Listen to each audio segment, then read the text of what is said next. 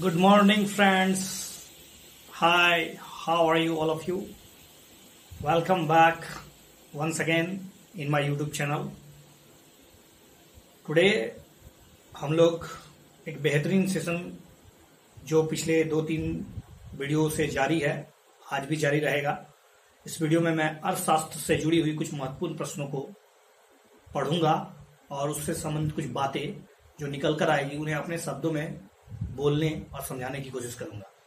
तो बने रहे इस वीडियो में। मेरा नाम रंजीत और मैं आप सबों को बता देना चाहता हूं कि अगर आप लोगों को यह वीडियो बहुत अच्छा लगता है या अच्छा नहीं लगता है तो दोनों बताएं। अच्छा लगता तो सब्सक्राइब करें और चैनल को जरूरत से ज्यादा लोगों तक पहुंचाएं ताकि मेरा मनोबल बढ़े और मैं और भी इस तरह के अच्छे वीडियो आप लोगों के लिए लाता रहूं। चलिए शुरुआत करते हैं अर्थव्यवस्था से जुड़ी हुई महत्वपूर्ण प्रश्नों के श्रृंखला की ओर। पहला प्रश्न है कि यदि अर्थव्यवस्था के कुल आकार में प्रतिवर्ष वृद्धि होती है तो इसका क्या असर है। अगर अर्थव्यवस्था का सालाना वृद्धि हो रहा है तो क्या इसका अर्थ है कि जीडीपी में वृद्धि हो रही हो, प्रति साल लगातार वृद्धि हो रही हो। सोचिए। दूसरा, अर्थव्यवस्था में सकल पूंजी निर्माण में प्रतिवर्ष वृद्धि हो रही हो तो किसी भी देश की अर्थव्यवस्था के कुल आकार में वृद्धि होने का दोनों मतलब नहीं हो सकता है, क्योंकि अर्थव्यवस्था के बढ़ने से जीडीपी बढ़ेगा, इसका कोई तार्किक आंसर नहीं है। देखिए, बाजार मूल्य पर एक वर्ष के भीतर जितनी भी उत्पादित वस्तु और सेवाओं का जो कुल मूल्य की गणना की जाती है उसको हम लोग मार्केट वैल्यू पर जीडीपी काउंट करते हैं। अर्थात अगर जीडीपी एट मार्केट प्राइस कहा जाए तो बाजार मूल्य पर जितने भी वस्तुएं और सेवाएं हैं उसका जो मूल्य है उसको काउंट किया जाता है। यदि अगर जीडीपी के बाजार मार्केट वैल्यू में वृद्धि हो रही है तो इसका अर्थ है कि जो उद्यमी है द्वारा अधिक वस्तुओं और सेवाओं का उत्पादन किया जा रहा है, क्योंकि जीडीपी में वृद्धि का मतलब उस वस्तुओं का उत्पादन और सेवाओं में वृद्धि, उसे कीमत से कोई मतलब ही नहीं है। यह वृद्धि मशीन और श्रम के साथ वास्तविक निवेश में वृद्धि के बिना भी तो हो सकता है। अगर आपने मशीन लगाया भी नहीं, श्रम भी नहीं लगाया तो रोजगार तो लोगों को मिला नहीं, और मशीन नहीं खरीदे तो जीडीपी में वृद्धि होगा, ये कहां से हो सकता है। क्योंकि जब तक आप नई मशीनों में इन्वेस्ट नहीं करेंगे, अब बिना इन्वेस्ट करके अगर जबकि जीडीपी बढ़ जाए तो दिस इज नॉट अर्थव्यवस्था में वृद्धि हो रहा था, इसका मतलब जीडीपी में वृद्धि हो रहा है। दूसरा बात है, यदि अर्थव्यवस्था का आकार प्रत्येक वर्ष समानुपातिक रूप से बढ़ रहा है और विकास दर सकारात्मक होती है तो इसमें आवश्यक रूप से वृद्धि होगी, यह कोई जरूरी नहीं है। तो ध्यानपूर्वक समझिए कि अर्थव्यवस्था की वृद्धि का बिल्कुल अर्थ ये नहीं होता है कि जीडीपी में भी वृद्धि, और जीडीपी में वृद्धि होगा तो भी इसका अर्थ नहीं है कि जीडीपी में वृद्धि होता है अर्थव्यवस्था का सभी लोगों का समान रूप से रोजगार मिल रहा है, क्योंकि हो सकता है कुछ मुट्ठीभर लोग ही पैसे कमा रहे हो, उनका डेवलपमेंट हो रहा हो। भारत सरकार लगातार या अपने आर्थिक सर्वे में घोषणा करती रहती है कि जीडीपी में लगातार वृद्धि हो रही है, लेकिन अगर इसका दूसरा रिपोर्ट भी देखें, ऑक्सफैम की एक रिपोर्ट पढ़िए, भारत के मात्र केवल और केवल 7 से 8% लोग ऐसे हैं जो मुट्ठी भर लोग हैं, गिने चुने लोग हैं, जिनके पास पूरे भारत का जीडीपी का लगभग 70 से 80% पैसा उसके पास है। तो ये कैसा विकास है। एक तरफ ग्रोथ हो रहा है, दूसरा तरफ लोगों को जॉब नहीं मिल रहा है, लोग बेरोजगार हैं। बेरोजगारी का मुद्दा बहुत भयंकर चला, नरेंद्र मोदी जी के जन्मदिन पर हम लोग ने ट्रेंड चलाया। निश्चित रूप से ये सरकार की कमियां हैं, इन बातों पर ध्यान देना चाहिए। केवल आपके जीडीपी के आंकड़े से भारत सरकार ये केवल अपने चेहरा खुश नहीं कर सकती है कि सब कुछ अच्छा चल रहा है। बहुत सी परिस्थितियां भारत के लिए जो अर्थव्यवस्था के मतलब नकारात्मक चेहरे को दिखा रही है। इस पर विचार कीजिए और अपने बातों को मुझे लिखिए कि क्या मैं सही कर रहा हूं। अगला है वृद्धिशील पूंजी उत्पादन अनुपात, जिसको इंग्लिश में बोलते हैं incremental capital output ratio, ICOR।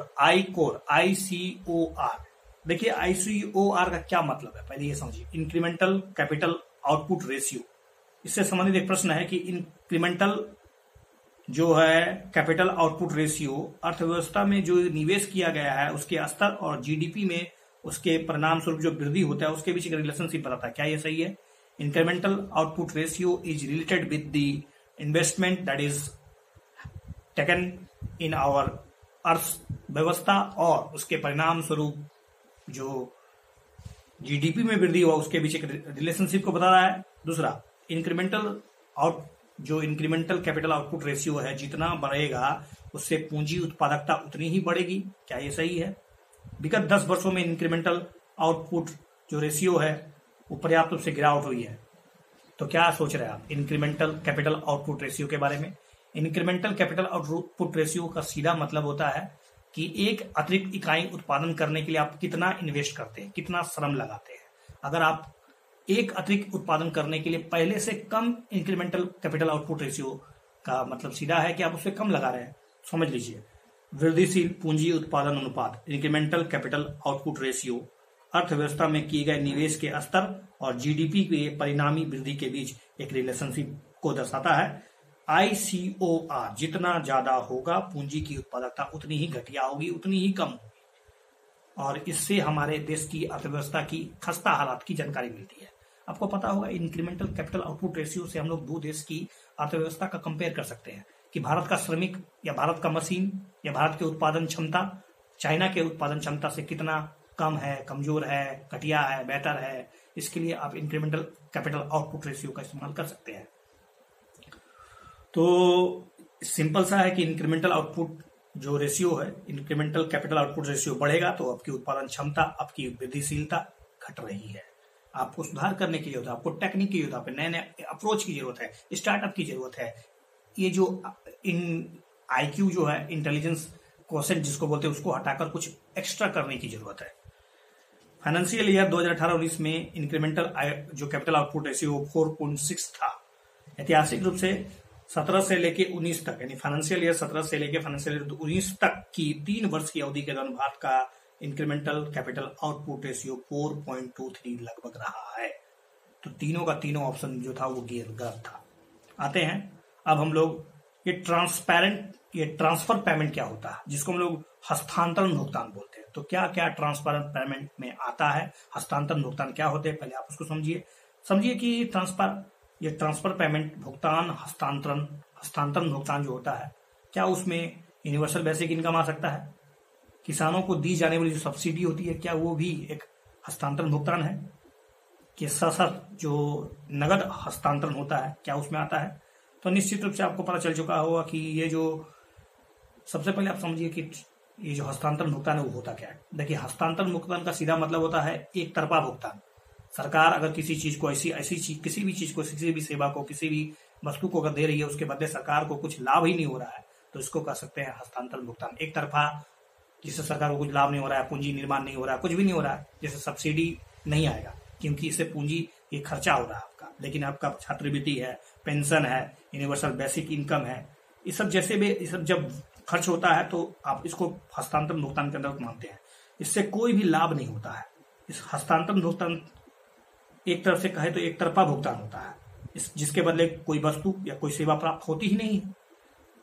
वृद्धा पेंशन अगर मिलेगा तो वृद्धा पेंशन ठीक है, इनडायरेक्टली रूप से सोचेगा कि वृद्ध लोगों का अच्छा, लेकिन उससे क्या हुआ, उससे देश की अर्थव्यवस्था में क्या प्रभाव पड़ा? कोई उससे पूंजी का निर्माण नहीं हुआ, ना ही जीडीपी में कोई वृद्धि हुई। तो इसको हम लोग नगद हस्तांतरण कर सकते हैं। लेकिन सब्सिडी का हस्तांतरण भुगतान नहीं माना जाता है, क्योंकि इसका संबंध आर्थिक लेन देन से जुड़ा हुआ है। क्योंकि जब सब्सिडी बढ़ती है तो सरकार का जो फिस्कल डेफिसिट है वो बढ़ जाता है, अर्थात रेवेन्यू डेफिसिट बढ़ जाता है। रेवेन्यू राजस्व व्यय ज्यादा होगा तो सरकार का पूंजीगत व्यय घट जाएगा, और जिस देश का राजस्व व्यय पूंजीगत व्यय से ज्यादा होता है, उस देश की जो मतलब माली हालत होती है वो बेहतर नहीं मानी जाती। क्योंकि कोई भी विदेशी निवेशक जो होता है वो दो बातें देखता है कि सरकार का जो आउटपुट रेशियो है, आई मीन फिस्कल डेफिसिट जो है कितना ज्यादा है, और फिस्कल डेफिसिट में वजन किसका ज्यादा है। क्या फिस्कल डेफिसिट में रेवेन्यू डेफिसिट ज्यादा है कि कैपिटल डेफिसिट ज्यादा है, अगर कैपिटल बजट ज्यादा है तो इसका मतलब अच्छा माना जाता है, क्योंकि कैपिटल एक पूंजीगत वस्तु निर्माण करता है, उससे भविष्य में कुछ न कुछ फायदे होने वाले हैं। सरकार की स्थिरता का एक तरफ से बोधक होता है। लेकिन अगर आप लोन लेके, सब्सिडी देके, बहाना बना के किसानों को मुफ्त कर्ज बांट कर लगातार आप ऋण माफ करेंगे तो आप सब्सिडी दे रहे हैं, तो इससे किसी भी देश को फायदा नहीं होने वाला है।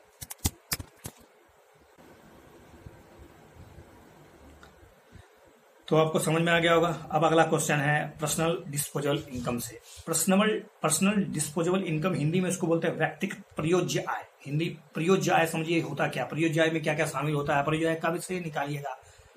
तो क्या इसमें गैर कर भुगतान जैसे जुर्माना शामिल होते हैं पर्सनल डिस्पोजेबल इनकम में? दूसरा, क्या इसमें निगम कर, कॉर्पोरेट टैक्स आ सकता है? क्या इसमें इनकम टैक्स आ सकता है, व्यक्तिगत जो कर भुगतान करते हैं? दो प्रकार का, डायरेक्ट टैक्स, इनडायरेक्ट टैक्स दोनों होता है। या परिवारों द्वारा जो शुद्ध ब्याज भुगतान किया जाता है, अगर आपने ऋण लिया है उस पर जो आपने ब्याज भुगतान किया, क्या वो आपकी पर्सनल इनकम डिस्पोजेबल इनकम आएगा? सोचिए। तो बिल्कुल आपने ध्यानपूर्वक अगर सुना होगा तो मैंने जो चारों ऑप्शन दिए थे वो बिल्कुल ही बेबुनियाद है, क्योंकि ये सारे चीज को हटाने के पश्चात आपके पास जो बचता है वो आपका पर्सनल डिस्पोजेबल इनकम होता है। शॉर्ट में कहें तो किसी भी परिवार के व्यक्तियों के द्वारा उत्पादित जितना भी सेवा होता है, जितनी वस्तुएं होती है, उससे उनको मिलने वाला जो लाभ होता है, उसके बाद उसमें सरकारी जो सब्सिडी दी जाती है वो जोड़ दिया जाता है, ब्याज और ब्याज हटा दीजिए। आपने जितने प्रकार का टैक्स दिया वो डायरेक्ट टैक्स होता है, इनडायरेक्ट टैक्स हो सकता है आपका निगम है तो निगम कर हटा दीजिए, जीएसटी हटा दीजिए। तो ये सब हटाने के पश्चात आपके पास जो शेष बच जाता है that is called personal disposable income. तो सुन लीजिए, इसमें अर्थशास्त्र में व्यक्तिगत आय पीआई, जिसमें मजदूरी, निवेश, उद्यम और अन्य उपकरण से किसी व्यक्ति को जो प्राप्त कुल आय होता है उसको हम लोग पर्सनल इनकम बोलते हैं। यह एक निश्चित अवधि के दौरान सभी व्यक्ति या परिवारों द्वारा प्राप्त कुल आय होता है। सभी व्यक्ति या परिवारों द्वारा जो कुल आय होता है उसको पर्सनल इनकम बोलते हैं। अब आइए इसमें डिस्पोजेबल क्या हुआ कि पर्सनल इनकम से व्यक्तिगत कर भुगतान जैसे कि आयकर, जैसे कि जुर्माना, आप उसको हटाइए, आपके पास जो बचेगा that is called personal disposable income.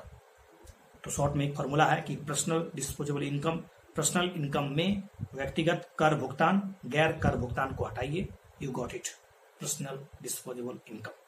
Finally last topic that is GDP deflator, Hindi में जीडीपी अस्फीति कारक पर विचार कीजिए। जीडीपी डिफ्लेटर यानी अस्फीति कारक एक वर्ष में एक अर्थव्यवस्था में सभी नए घरेलू उत्पादन और अंतिम वस्तुओं और सेवाओं के मूल्यों की स्तर की एक माप है।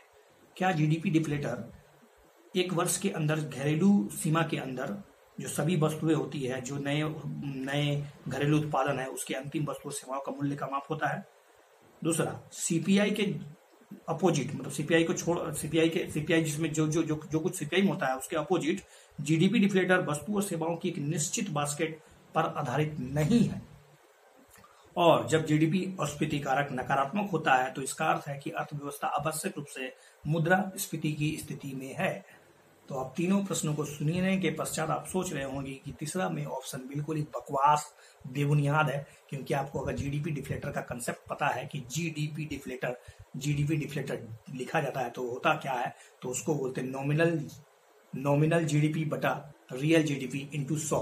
तो अब बताइए, अगर वास्तविक जीडीपी जिसको एक फिक्स आधार वर्ष में लिया जाता है, अगर वो अधिक है, नीचे वाला बेस अगर अधिक है, ऊपर वाला कम है, तो हमेशा नेगेटिव आएगा। तो यहाँ पर ऐसा कैसे होगा? क्योंकि हम लोग जानते हैं कि वास्तविक जीडीपी और नॉमिनल जीडीपी में अंतर सिर्फ इन्फ्लेशन का ही होता है, क्योंकि जब आप इन्फ्लेशन जोड़ देते हैं तो आपको नॉमिनल जीडीपी मिल जाता है।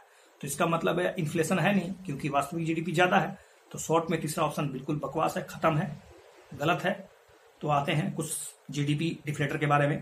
देखिए, एक वर्ष के अर्थव्यवस्था में जितने भी नए घरेलू स्तर पर उत्पादित अंतिम वस्तुओं और सेवाओं की कीमतों का एक मापक होता है जीडीपी डिफ्लेटर। उपभोक्ता मूल्य सूचकांक, जिसको कंज्यूमर प्राइस इंडेक्स सीपीआई की तरह ही जीडीपी डिफ्लेटर विशिष्ट आधार वर्ष के संदर्भ में मुद्रास्फीति या मुद्रा अस्फीति का एक मापक होता है। ये GDP deflator is also very helpful for calculating how much deflation, how much inflation, disinflation, इसके बारे में आप जानकारी ले सकते हैं। जीडीपी डिफ्लेटर सीपीआई सूचकांक की तुलना में अधिक व्यापक मुद्रास्फीति की जानकारी देता है, क्योंकि इसमें वस्तुओं की निश्चित मात्रा शामिल नहीं होती है। जीडीपी डिफ्लेटर अस्फीति कारक नकारात्मक होता है तो नाम मात्र जीडीपी, जिसको नॉमिनल जीडीपी, वास्तविक जीडीपी से कम होगा। इसका अर्थ है अर्थव्यवस्था में डिफ्लेशन की स्थिति है। दो नए शब्द, inflation, deflation, disinflation. Can you tell me about something it? देखिए, इन्फ्लेशन एक सक्सेसिव इंक्रीमेंट ऑफ प्राइस, अगर वस्तुओं के एक निश्चित समूह का वैल्यू अगर लगातार बढ़ता जा रहा है, कंसिस्टेंट इंक्रीज कर रहा है, तो इसको इन्फ्लेशन कहते हैं। जिससे क्या होता है, मुद्रा का वैल्यू जो होता है वो घट जाता है, क्योंकि आप अधिक मुद्रा चुका के कम वस्तु को खरीदते हैं। ये इन्फ्लेशन की मात्रा को दिखाता है। इन्फ्लेशन बढ़ रहा है एक निश्चित सीमा के बाद। अगर उसका जस्ट अपोजिट हो कि वस्तुओं की मात्रा जो है बहुत ज्यादा हो गई और मुद्रा जो है कम है, तो इसका मुद्रा का वैल्यू बढ़ गया, वस्तु की मात्रा घट गई, वस्तु की मतलब कीमत घट गई, लोग ले जाओ, सस्ते में वस्तु मिल रहा है, तो ये डिफ्लेशन की स्थिति दिखाता है। इन्फ्लेशन डिफ्लेशन के बारे में डिस्कस होगा बाद में, लेकिन डिस इन्फ्लेशन जो है वो एक अलग कंसेप्ट है। Don't confuse D inflation, inflation, disinflation. Talk to about to your friends what are the difference. Skew inflation क्या होता है, उसी के साथ आता है स्टैगफ्लेशन क्या होता है। स्टैगफ्लेशन एक विचित्र स्थिति है। इसमें क्या होता है, इन्फ्लेशन भी बढ़ता है और बेरोजगारी भी दोनों बढ़ जाती है। तो ये एक विचित्र अर्थव्यवस्था के लिए संकट की स्थिति होती है। और overall in this video we discussed most important topics from economics that are in current scenario. Watch this video 2 or 3 times. You will be very happy to know how I am analyzes it. Hindi और English दोनों में सुनने के लिए आप मेरे channel को subscribe कीजिए, आगे बढ़िए और दोस्तों को फैलाइए। Thank you.